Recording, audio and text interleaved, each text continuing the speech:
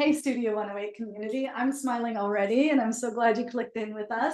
I'm sitting today with Caitlin Pendolino. She is a powerful goddess and energy worker and healer, and my neighbor. So welcome, Caitlin. Thank you. I was thinking about how I first came to know Caitlin, and I think it was like in the 90s, like maybe 95, 96, 97. And since Caitlin and I are in our wisdom era, I'm going to tell you the story of long ago when they had this little newspaper like magazine called the North Coast Sports. Okay. And that you would get it for free, like at Mark's along yeah. Bernie Schulman's might be what it was called. And I lived up on the east side of Cleveland. So I would go to Cedar Center, Bernie Schulman's, Okay. and they would have them along the shelf as you left. And I would really going back. It's going way back, right? And I would always grab the North Coast Sports. And Caitlin had in the black and white classified just yoga in my home, Caitlin Pendolino with her phone number there. And I would just always see it. It said Brecksville. And I was like, that seemed far away, you know, when you live on the east side of Cleveland. Brecksville is like, wow, where is that? So, and then what? Then I moved to Brecksville in like 01, but I lived way on the other side of town. And then I moved into my neighborhood now where you and I both live in 05, but I lived on the other side. And then in like 14, I moved in with Bill on that side. But even though you were there, I didn't really know you for a lot of years. I know. And I remember being like out with the kids one time, maybe they were selling like Boy Scout popcorn or something. We were at your door. And I remember seeing in your door that you had crystals and you had like incense, and I was like, oh, she must do yoga too. But like I didn't know that was you from like I could remember that article clear as day, and how I don't think you've ever told me that story. That's crazy, right? Yeah. We go way back. And then I think it was probably when I moved in with Bill that I got to know you better, and you really helped me through Caitlin and her energy healing really helped me through the whole journey when Deanna was sick, and like helped me get back on my feet. I think I had Lyme's through that time period, so there was a lot of healing that happened, and I'm really blessed by Caitlin and Enzo, and I love that they hold the vibe high in the neighborhood.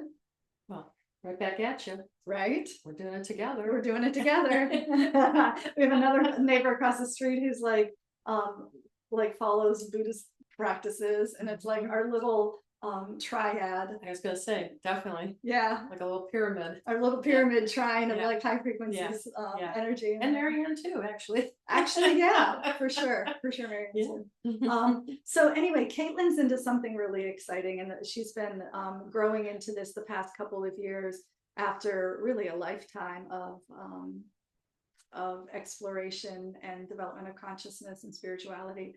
And I wanted to sit with her today to unpack this Galactic Astrology and like what that was. I had a reading. It's really cool.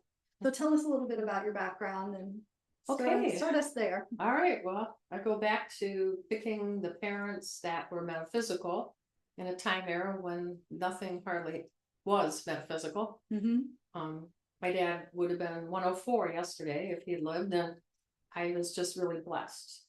My dad taught me all about herbs and vitamins and supplements and natural healings, things like that. And then my mom, yoga. She actually took yoga from the VOED Center, Cuyahoga Valley Career there, when it was considered the VOED, and from, her name was Caitlin, the Hungarian lady that did it for years. Did you ever meet her? I never met her. Yeah. And so my mom took me into the lavender clouds and taught me all this in 1970s. So I was very blessed. Yeah, you were very blessed. They say there's no higher blessing than being the child of a yogi. Yeah. And I had two. My parents both were soulmates. And anyway, so it started out very young. They took me to the United Church of Christ, which when I was in Sunday school classes, the one in Brecksville actually is where I went. I attended, and they had teachers that were doing Hinduism, Buddhism. Wow! So I'm here, 14 years old, learning about this in a Christian church. So I think we planned well. That's all I got to say, because it just everything that was rooted in my childhood carried forward into my adulthood. There's just no doubt about it. It all shaped. It all came together. Very different. I don't know too many that have had that kind of experience where both parents were involved. Yeah. Maybe one, but yeah. So I go back to those roots. And then got involved in yoga first. And yoga came about, well, with my mom, but then more serious studying and practicing. Went to Himalayan Institute in Pennsylvania, Kripalu, where I got certified, and through Joseph LePage, though, not through Kripalu. Yeah, it's a really beautiful practice that's energy based and integrative based. It's not the same lineage where the power yoga thread came from the West Coast. This came like from the East Coast. So Caitlin and I have kind of different backgrounds that way, but I really love their work. Yeah, he was incredible. 900-page manual that I was pulling from for years, making seminars. And teaching, because when I was teaching yoga and things back in the 90s, I was the only kid on the block in essence. Yeah, you were just running a classified ad, and then a lot of people. Well, it was bulletin boards, coffee shops. I mean, it's some of the most wonderful people in my lives now I met through a bulletin board. And prenatal yoga, baby yoga, just really, it was. Just feel so very, very blessed. Yeah. Very blessed. Yeah. And anyway, so forwarding to Reiki. And so Reiki master, 28 years, have many people out there have been in our lineage. Yeah. My husband too. Yeah. And just did a Reiki master seminar this past weekend, our 4th seminar for that series. And so we keep it going. And then astrology came in 2018 more seriously. So I started studying that, and that's the traditional astrology. And then in 2022, I found Julia Balaz and her Quantum Soul Guidance Practitioner's Course for Program, which is all about galactic astrology. And she was really one of the first. Yeah. There's more out there now, but Julia, if you're looking for a course, I highly recommend her. Yeah. She is integrous beyond belief, just a wonderful shining soul. And once you see her, you can just see it emanate. And so, because this is a topic that can be disturbing sometimes when you're getting into galactic heritage, because we have all types of connections that we could have heritage with. Yeah. Everybody thinks, oh, it must be the Pleiades, and yeah. And I'll tell you, I've done a lot of these now, and it's rare if I would get somebody that has a full out conjunct Pleiades connection. Right. We're much more melting pot than we can appreciate. Very much so. So I think that what I love about like the way Caitlin has developed this lens, and one of my Kundalini yoga teachers says, if you don't believe in extraterrestrial community, then you don't understand federal government. And what he's talking about is this idea that like we're myopic here on Earth, and then we've got our solar system, and so we're watching those planets and those stars, and that's traditional astrology. And then we've got like beyond that, our solar system's presence and participation in a bigger energetic field of the universe, and then our universe beyond that, the multiverse. So it's like we're pulling out and out and out for wider lenses, and it's really exciting. But people do tend to treat it just like they do here in the 3rd dimensional on Earth, is like where you're from has status to it, or like this. We project. We just have feelings. We just have feelings, right? Yeah. And so we all want to be like, oh, I'm Pleiadian, but mostly it's just such a melting pot. And I really loved seeing that even in my chart, like the different connections and how all of these different connections can be a part of me and who I am and who I've been and who I'm continuing to become. And your ancestry too. Yeah. Well, and through that whole lineage. Absolutely. Yeah. Mother, father, can be found there as well. Mhm. Just from your own chart, you can Yeah. find that. Yeah. This is fixed star astrology, and many of you may have heard of that study astrology. So Hermes was the one that and I have a hard time saying his name, Hermes Trismegistus, the one in the 1500s, who identified the Bahamians, the 15 Bahamian stars, which are part of those fixed stars that most people have heard about. Arcturus is part of that in that 15, for example.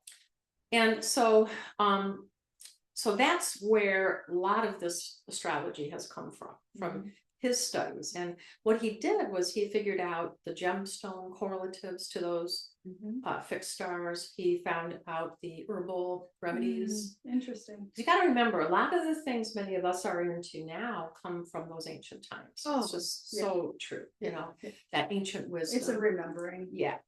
So it's, I feel we're trying to go back to it, but also to move forward with it at the same time, and bring the new qualities of it, because we're very much in New Earth right now, and I'm sure you'll agree.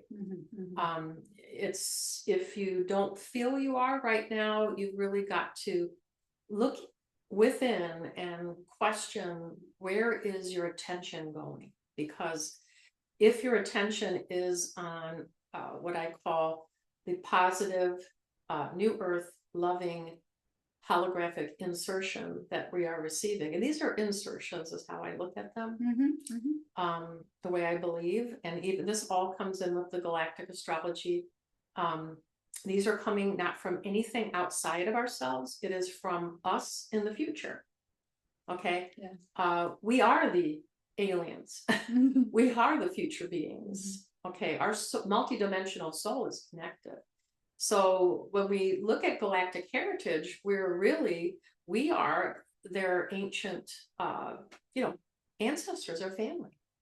And I always thought, if you go online and you look for stuff, and there's a lot of negativity about the aliens and this and that, and it's like, if they were going to take us out, they would have taken us out a long time ago, because a long time they can't take we're us rather out. primitive, actually. We're their ancestors. Yeah. They take us out, they take themselves out. Yeah. There's no way to know. I mean, we know how we are a melting pot. What's that? There was a documentary about 6 degrees or something like that. Yeah, 6 degrees from Kevin Bacon, something. We are, wow. We are so connected. I think that it speaks to the very fundamental teachings, like the fundamental teachings from every culture around the globe through all of time was love. It's that like simple and that fundamental, right. That foundational. But when you start to look at what's happening today and these energetic streams and the way that we can now perceive and interact with each other, if we don't have that foundation of love, it's really, it's that simple. We just we just need to find the love within every situation, the love within every conversation and every face-to-face. Then you're meeting yourself, because you're meeting yourself anyway. Like the math behind it, the science behind it, the physics behind it is undeniable. Like when love, love is light on verifiable experience. That's how I translate that. Do fear. Fear is false evidence appearing real. So light what on verifiable experience? That's what's real. And what is real is unconditional love, which is the only truth. Everything else is just an illusion. So it always comes back to love. And we get to play and experience all these other dimensions and experience and feelings and thoughts. We get to play in the soup of it. But the path forward is going to be pretty singular. Let me tell you a little, in your audience, a little bit more about the Galactic Astrology itself too. So most people that know something about astrology they'll know your sun, your moon, your rising, also called ascendant energies. But we get into looking much more in depth, because we are looking at even like how your Jupiter, say if you have Jupiter in Libra, what planet is that connected to, okay, in your chart? And then what fixed star is going to interact with that, okay? So, so for Libra, the sign Libra, Venus is the planet. So say the fixed star is Arcturus, keeps coming into mind. So then we would look at how the Arcturian star family is influencing your Jupiter in Libra and how it influences and works with Venus. There are how these three modalities, like Jupiter makes everything big, it expands. Exactly. Libra is about balance, okay? And the Arcturians, believe it or not, are about balance. They are beings that are feminine, masculine, in balance, okay, at this 8th dimensional frequency that we work with them. There's different frequencies of working with different star families. Right. Arcturians, or Arcturians, some people call it Arcturians, they do not come into body anymore. They specifically help people to get in to their human bodies. That's their job now, because they did in the beginning. They were part of the first teams that were here. So you had your Pleiadian team, your Syrian team, your Arcturian team. There was initial beginning teams who did take body, did take form. Who knows, one of us could be sitting here that was one of those original team, you know, we're out here in your audience. We really don't know. But you'd have that multidimensional cellular memory. And through Pluto and different connections, there's ways to find that out. How far back do you go with your star families? Stuff like that. It's just fascinating. I mean, it's impossible to do a full out report. I tried. When I initially started doing this, I've come up with 55 to 60 page reports for people. So now I have this great database that I created, but now it's like people can't handle that much. No. And so I'm keeping it slimmed way down to like a maximum of me typing information at 8 pages. That's the max. You don't need more than that. Right. And I know. And then you can come back every several months and we can investigate the next area so that you could get down what you learn in the first one.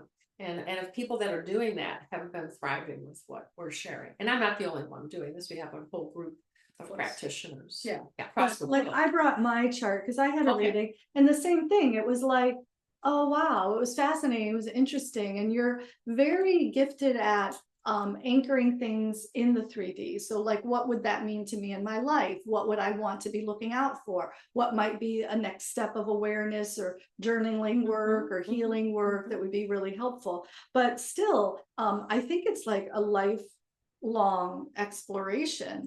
Like to know lifetimes. Lifetimes. Well, it's an exploration of my lifetimes, but also it would be lifetimes for me to explore the whole chart. And really it brings like a sense of respect and appreciation and supports my evolution beyond what society expects of me. So if we're moving from this matrix of what we're expected to do, what we should do, what the rules of society have been for us in our lives, if we're moving towards like a more authentic experience here on Earth, this is so supportive of that, because then I can start to see the multidimensional nuances of myself. And it's kind of fun to explore that. At least I find it a lot more fun to explore that than to explore fulfilling the role that society wants to squash me into, right? So it's really liberating. And like you can reclaim your sovereignty. You can figure out like, no, let me think about who I really am. Let me spend some time with that. Let me see, where am I just responding to triggers and traumas and old patterns. And so I don't know what else.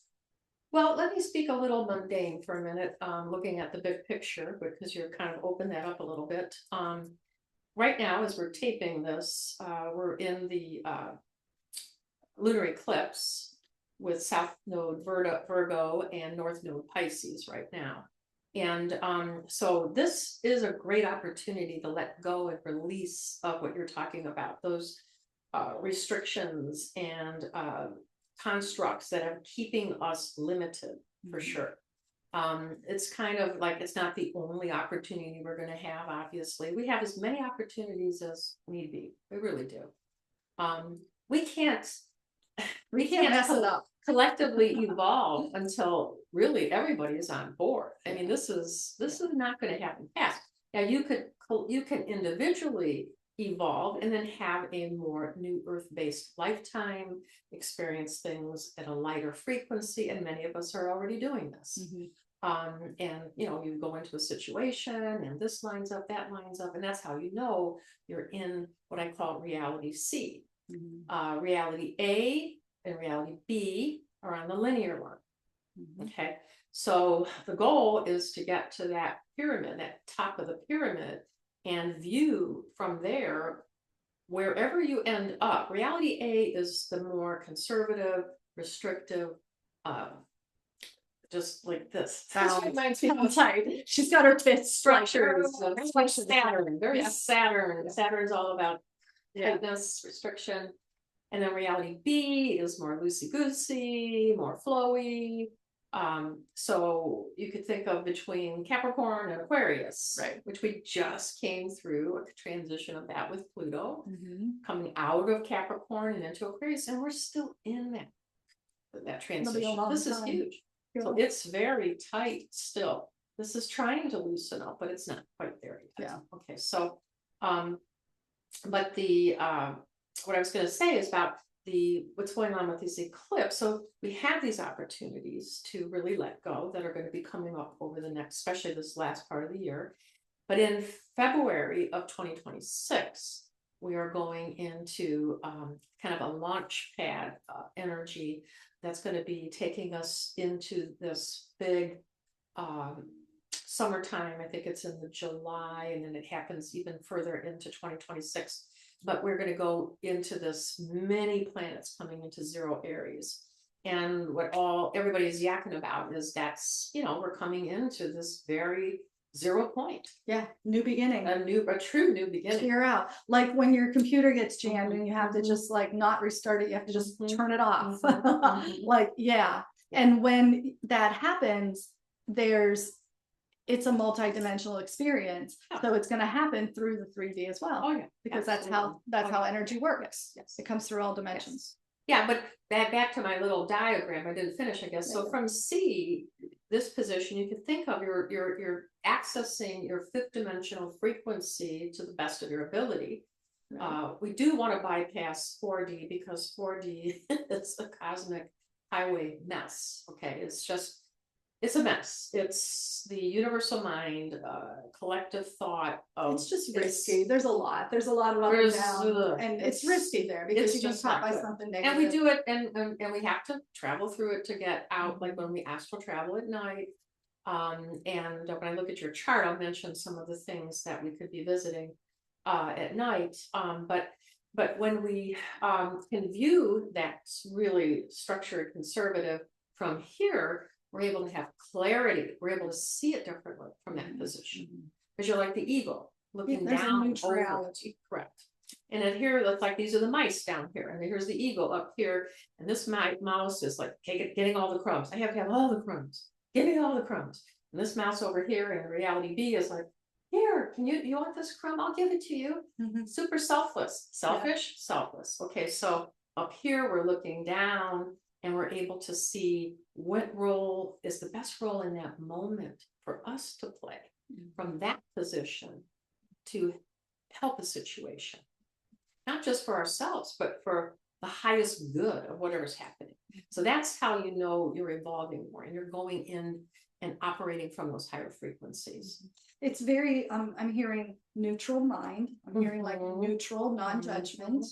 I'm hearing, same thing, yes. Also, integration, like there's when you're from the higher perspective, the polarity no longer pulls at you because you have skill and appreciation and respect across the whole continuum. Correct. And the other point that you really had in there that stood out to me was a present moment orientation, where for this present moment, this is where we're going to choose, align, move, decide. There's no more patterning as we go forward. Exactly. This is what we are pattern beings. This is how we've been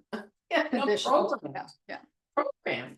And to go in, it's scary to go into a new earth, a new world without a program. But it's like everything is ad lib. We all have to become Robin Williams. Well, and there's a sense of, you know, like for a lot of people, and sometimes me as well, like that's how I know that this is the case. Like I want to push away I don't want to be responsible. I want someone else to tell me.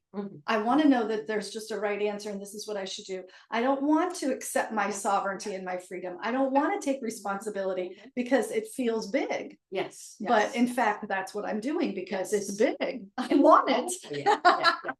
Yeah. So yeah, this is a whole new way of living.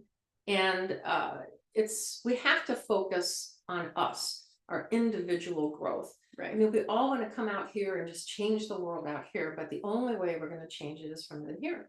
And that's how Galactic Astrology helps, because then it gives you a guidepost of who are your star families, what are the traits that come through them to help us. I'd love to grab your chart now and just kind of talk a little bit about some of that. I'm just handing it over to Caitlin because seriously, I printed it out. If you're just listening on Audible, they're all in sheet protectors. I printed them out in color. I put them in sheet protectors. If I had 3 pages, they'd be in a binder. It looks like. And you can go to galacticastrochart.com, and it's a free calculator from Julia Balaz, and you can print out your chart. And then there's a modicum of information, but really you need somebody like myself.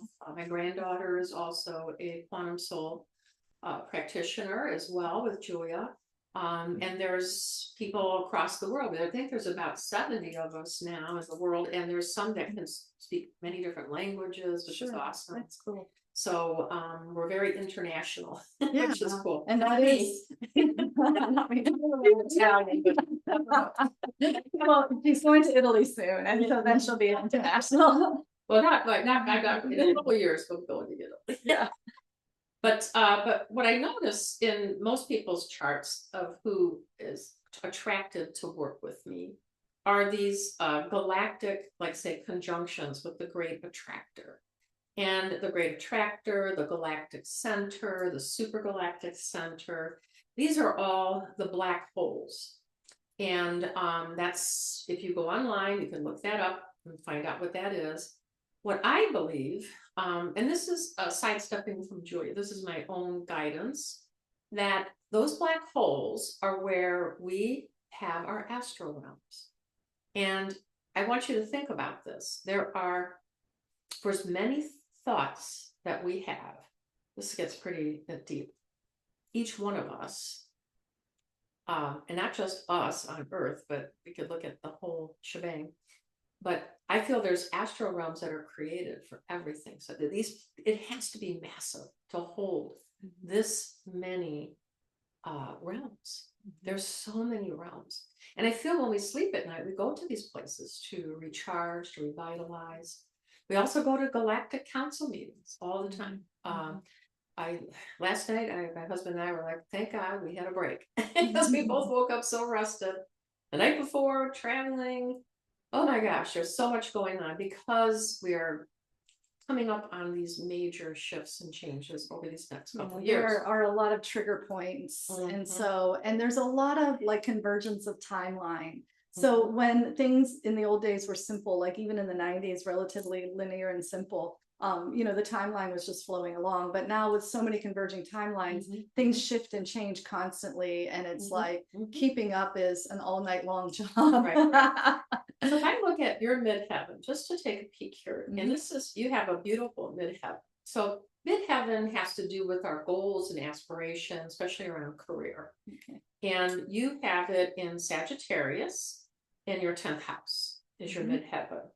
But your conjunct, I'm looking at the great attractor, is conjunct with your Sag in midheaven. So that says to me right there, looking at that, it wouldn't surprise me that you'd be a business owner like you are. And really? Yes, and that you attract people to you. Absolutely. Wow.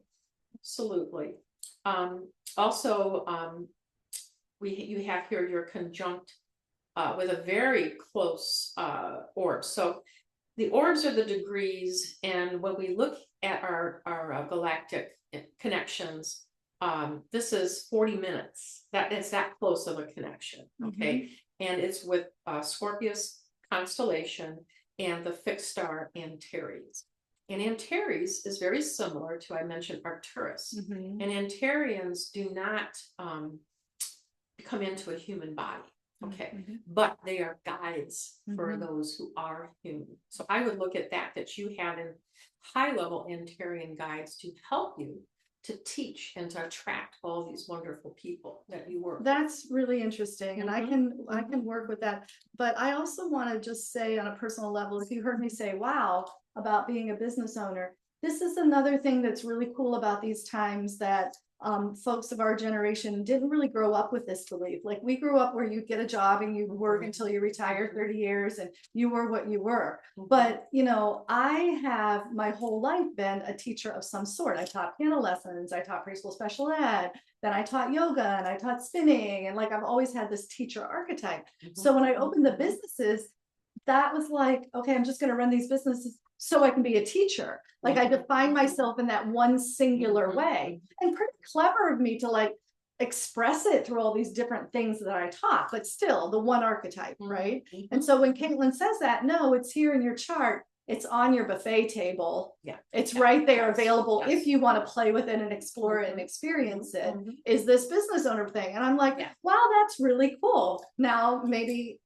Well, let me share something else. I'm going to ask my Arcturian Arcturian guides how I can like do a little better with that. You have your South Node in Sagittarius at 17 degrees. Your midheaven is at 8 degrees. Yeah. Both are in the 10th house. Right. So as a galactic astrologer, or just as an astrologer, traditional, I would think, right, wait, well, she's done this before, because guess who's sitting in your conjunct in your South Node is, again, the great attractor. So you've had, and many of these people you attract could be students of you, and you could have been a guru in India from prior incarnation because of your attraction to that now. People knowing to follow you now because you're going to set them on the right path. You're very trustworthy and beautiful soul to follow. So that shows up to me right there. Okay, that's interesting. So that is just shows you different ways of being able to look. And then what we're able to do is kind of start building a story from it. And then we like to get our stories from, a lot of us follow Lissa Royal Holt is her name. And she has a book called it's like, don't escape me here, The Prism of Lyra. That's it. Oh, I have that book. Okay. Actually, yes. You guys, okay, well, there's only one copy, but it's on the I'm gonna grab it. I just like pull it back. I was gonna recycle and reshare it, but the Prism of Lyra, I've has a beautiful channel. And there's another channel, Barbara Hand Cloud, who's been around forever. Her book, Pleiadian Agenda, was written in 1995. I had the blessing of knowing, I know her and meeting with her several times over the years. And so she too, there's Barbara Marciniak, The Bringers of the Dawn. These are some of the earlier authors that kind of are the pioneers. Right, started the conversation. Ken Carey with Starseed Transmission. He was probably one of the first, because I think that book may have made it on to the shelves in the late 70s or early 80s. Don't quote me on that, but he definitely was one of the early channels for this starseed stuff. Gotcha. So hopefully you guys have captured that. It'll be in the notes. We'll make sure the spellings are correct for you. But yeah, scroll down if you want to grab it. But that's how I would look at somebody's chart. I look also at the person's traditional alignments as well. I want to look at like, well, what kind of elements are showing up here? How much earth, how much fire? That's really important. And then that also correlates into when I look at the galactic as well. So when I do a report for somebody, it's natal usually combined with traditional and galactic. And then I also can do transits, like what's happening now, which I think in many ways is more important because, especially for those of us who are older, it's like I'm pretty far away from that. You are too, so we both are. So looking at the transit is great because like what's happening now? What's happening now is really helpful because so much is happening. And I mean, we need to take it personally because we're here to do this work personally. Like Caitlin said, like, I think that I appreciate more and more, we can hear people say the first, take care of yourself first, and then you can help other people. But I think that in my personal reactions and situations in life, that's become more and more evident and helpful to me, that if I am centered and grounded, if I am integrated with my higher self and not just in my personality self, if I am feeling like I'm clear of, you're never going to be clear of all the baggage, but I'm not in a reactive, wounded place. I'm in my my more mature stance. Then for whatever reason, all I have to do is just say it, and it's going to be the better thing to say. Do it. It's going to be the better thing to do. So there's less. Everything ends up going better, and then I can actually help people. Then it's not like, how can I go out there and save everyone, and how can I go out there and serve everyone and fix everything? It's just, okay, how can I like orient and align myself? That's the quickest way to get karma. So yeah, and it's more efficient, and it actually works. Everybody's here to save themselves. You don't want to be a savior. That's off the list. Yeah, it really is. That's karma. That's not what we're here for. Accruing karma. It creates karma. Yeah, it does. Doesn't mean that we don't extend compassion, be an example, which is even more powerful. Very powerful. But it comes from the self. We don't do it for the other person. We can help them if they want the help, because I've been involved in this very actively, this arena of energy and everything for 28 years. And if there are people who do not choose to heal, and you could give them every tool possible and they're not going to use it. And I think we have to accept that. Yeah, we have to accept that. But I think one thing you said to me when we met about this, as a matter of fact, because we talked about some of my relationships and how desperately I want to help and lift and support the healing of the people I care about, that actually like stepping into their space and trying to do that kind of for them, even if it's well intended, is stealing. Like I'm stealing their dharmic path. I'm stealing their learning process. I'm stealing they're building skill and they're building capacity that they're going to need to do their own jobs. And I don't want to steal that from them. So I'm sorry, you guys, I love you, but hands off, here I am. There you go. Now you know where I sit. So you'll find me here. Just sitting. Yeah, it's when you figure that out, it's not that you're not. It's helping from a different place. Yeah. And careful to not step into patterns of, being the martyr, being the victim, being the controller gladiator, being the vampire. We have these all these patterns that have been in our previous programming. It's the old paradigm, and it is not meant to be carried forward at all. So and we are our own, we own our own shadow. We are our own vampire. We are our own perpetrator on some level. We really are. And when you can turn the lens back in towards you, Joseph LePage actually taught us this, turn the mind back in on itself. And then you're not putting the mirror here, you're looking here within, the mirror within. It changes your whole life. It just does. Because you can fix it inside of you. You can't fix it out here. It's impossible.